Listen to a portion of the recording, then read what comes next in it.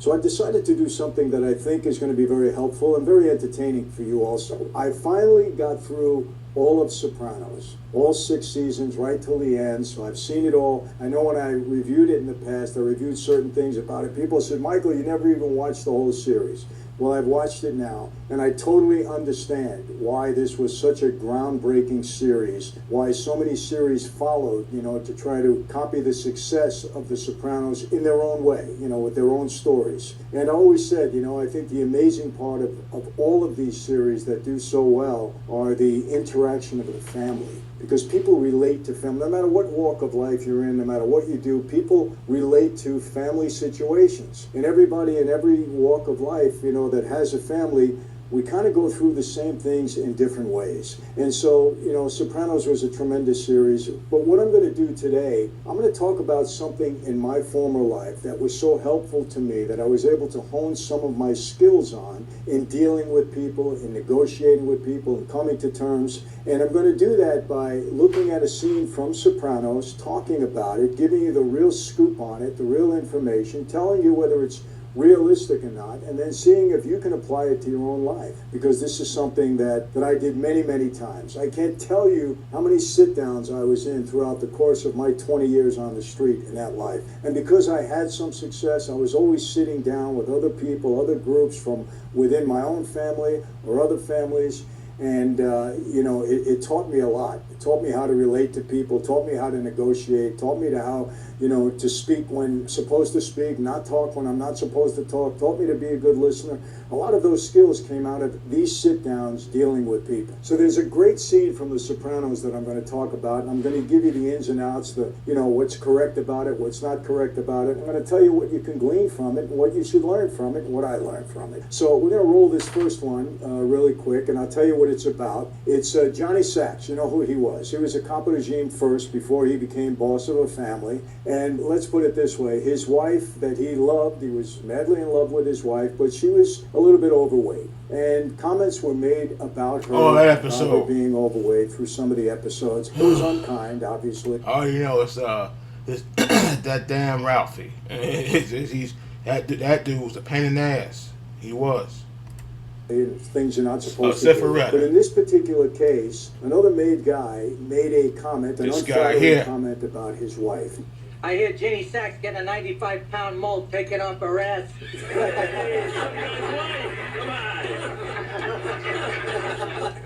Now, you got to understand something in that life. Little things sometimes become huge things. You be disrespectful to somebody's wife or to somebody's daughter, that's a no-no. You don't do that. God forbid you don't do shit like that. You die for that. But, even being disrespectful in such a way can be a huge, huge, huge issue, an issue that can cause somebody to be hurt. And in this particular case, Johnny Sachs's wife, somebody made a comment about her. It got back to Johnny Sachs, and he's upset. Okay, he wants this guy killed over it. About making an unflattering remark to his wife where other people heard. He wants the guy to be killed over it. So we have a sit down, and that's how things were resolved all the time. In this case, Johnny had to bring his boss. Okay, Carmine was the boss of the family at the time, and it was Tony Soprano's guy that made the remark. So Tony Soprano was there. But, in a little bit of a kicker on this, Corrado Jr. was still the boss of the family, but he couldn't be there because he was on trial. He couldn't be around anybody. So what they did, they tuned him in over the telephone.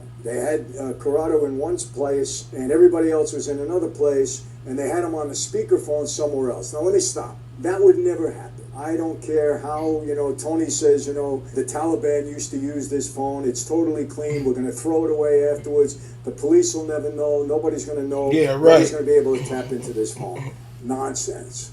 Nobody trusted the phone that much, with any brains, I would say, to have a sit-down of a serious nature over the phone like this. Now, did guys make a mistake on the telephone? Yeah, but they were silly. They were dumb. They should have never done it. One thing I do remember, we thought at the times when cell phones came out that the government couldn't tap a cell phone. We were wrong. Government can easily tap a cell phone. As a matter of fact, you can get more information off of a cell phone than you can just about from anywhere else. As we go through, we see Carmine, who's the boss. He's kind of, talking to Corrado. Corrado's on the other end. Doesn't look like he's taking this very seriously. He's eating his olives, having a good time, but he's listening. So now Johnny Sachs has to lay out his case, and what he says is that somebody allegedly made a remark about his wife. And that's a mistake right there. What do you mean allegedly? He either did it or he didn't do it. If it's allegedly and you're not... I remember the episode. He got the information from Paulie saying something like I hope what was said didn't bother you or something like that. And he's like, "What are you talking about? You better tell me, Paul." He was getting more pissed off. Yeah, but that's Cifaretta, dude. He was a piece of work. He should have been out of there. Going back to beating that girl at outside the nightclub. He was something. He was a sickening piece of work. Sure, if he did it, well, there's no case anymore. There's no beef. In a real sit-down, he'd have been thrown out.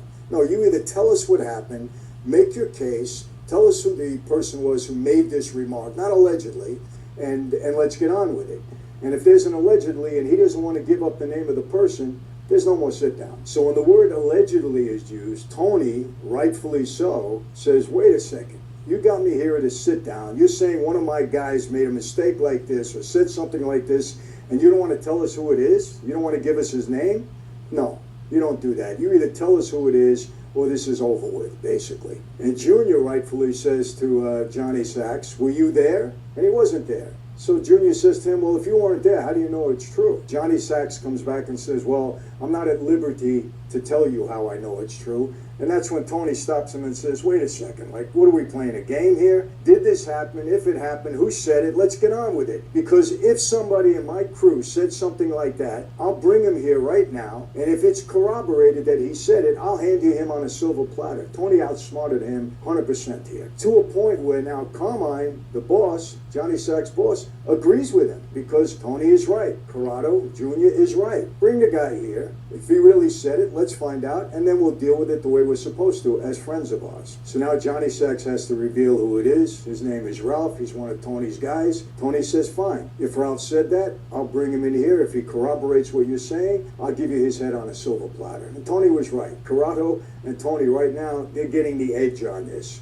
But Carmine says it's immaterial. He made a bad remark. Let's deal with it. Johnny Sachs comes back and says, listen, this is about my wife. What's going on here? If this was years ago, would we really even have to ask to have her avenged? And I don't get that at all. I don't care if it was years ago or if it was today. You have to bring the facts to the table. You can't just make allegations that aren't true. You got to bring the facts to the table. You're calling to avenge somebody, meaning you want to kill the guy? You don't want to tell everybody what's going on? No, that doesn't work. All right, so Tony says to him, okay, let's say for the sake of argument, you're right. Ralph did make this mistake. What good is it going to do to kill him? And Carmine, Johnny Sachs' boss, says nobody's getting killed here right off the bat. He's not killing somebody for this. And then he's asked, he said, would you accept an apology? And he says that ship sailed already, no apology. Yeah. So he's being he was dead set on it. But I thought about this episode again, but I remember even back when I seen that episode, seen it more than once.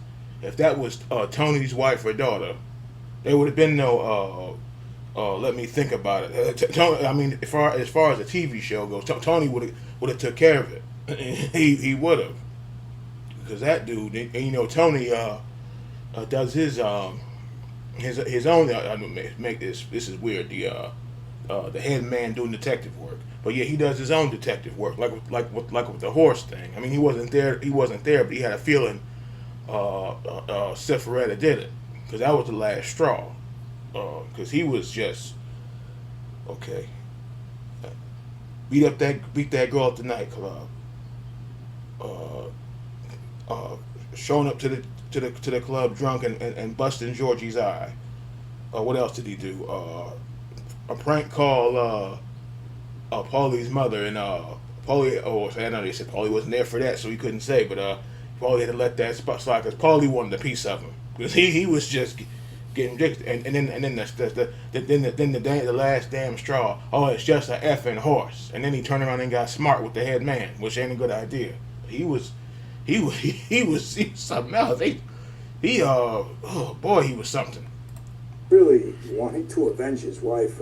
To me, I'll be honest with you, I think this whole thing is ridiculous. I really do. Even if he did make a remark about his wife, He was doing too much, something though. like that. You don't cause a sit down over a situation like that. So now what happens? Corrado, Tony, they win over Carmine, the boss. He says, hey, again, nobody's getting killed here, because what comes out at the table, obviously, money always means something in this life, and Ralph obviously handled a lot of money for the family. So Carmine turns around to Johnny Sacks and says, hey, okay, nobody's getting killed. Name your price and let's get this over with right now. So when Carmine says that to Johnny, something that I'm telling you will never happen. Johnny's a cop of regime, Carmine's a boss. Johnny looks at him, dies out his cigarette, gets up and walks off the table. Total disrespect, something that I never seen happen in I don't know how many sit-downs I was in. You don't walk away from the boss. You sit there, the boss makes a decision, and you abide by it. That's it. You leave that table, everybody shakes hands, and that's the way the deal goes. You don't walk off the table.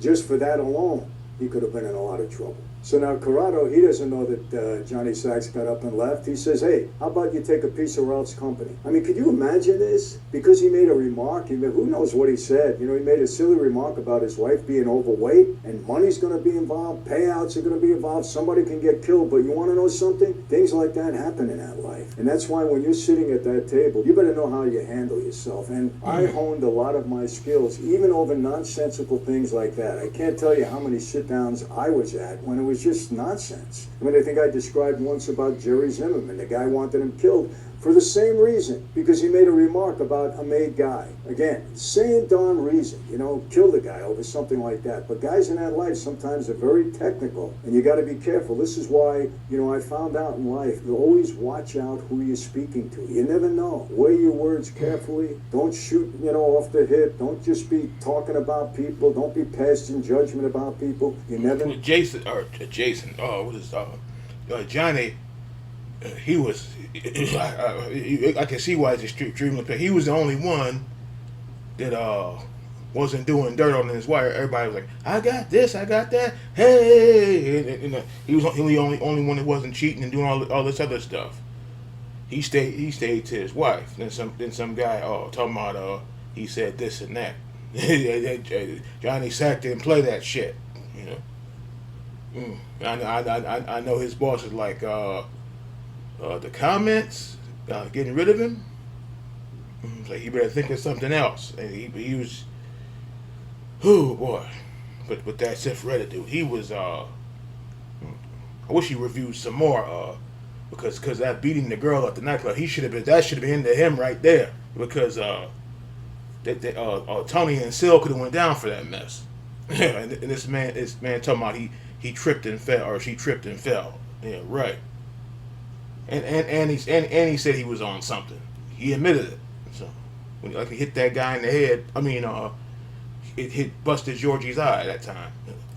Know who you're talking about. It's always better to keep your mouth shut. Speak only at the appropriate times. Should have been say only got him the out of there. appropriate things. Believe me, in the long run, it helps you out all the way. So it's amazing how you can learn this from just watching a scene in the movie. There are a lot of scenes in a lot of these movies that I can really relate to, and maybe you can learn something out of them. So hopefully this was all about it. And on a lighter note, I just love the way Junior handled himself. He knew this wasn't a big deal, really, in his mind. He's sitting there eating olives. You see a little bit of a smirk on his face, like, are you really wasting my time with all of this nonsense? But you can see that he's been through the wars. He understands it. He knows what's going on. And, I got to give the victory right here. Tony Soprano was great. He put it right out. Hey, I should be the one making a beef against you. You're saying one of my guys did something wrong, and you don't want to tell me who it is? You say it's an allegation, but you don't want to prove it? No.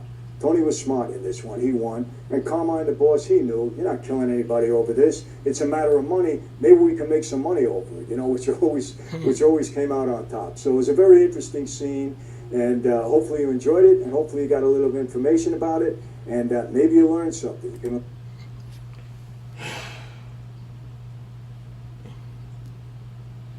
But still,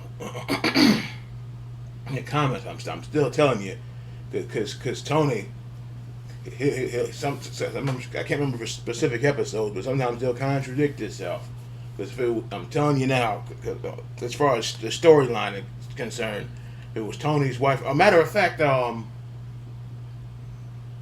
think it was towards the end.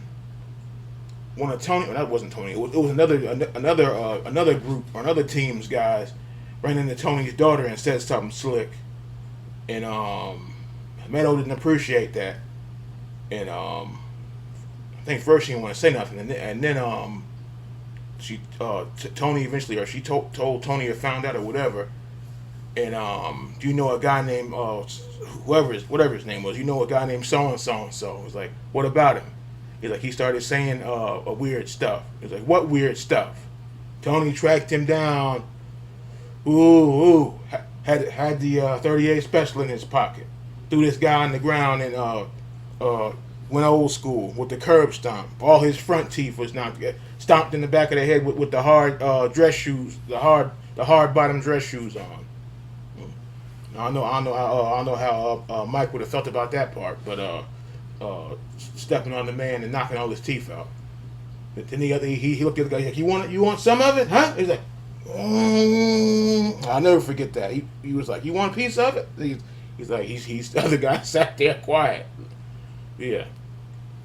But I think that was actually worse. I mean, it's still wrong, both wrong, but yeah, saying something funny to the man's daughter. This man, Tony, put his face on the curb and all his front teeth were gone.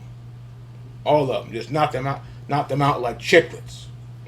That shit was rough. Lost all his damn teeth.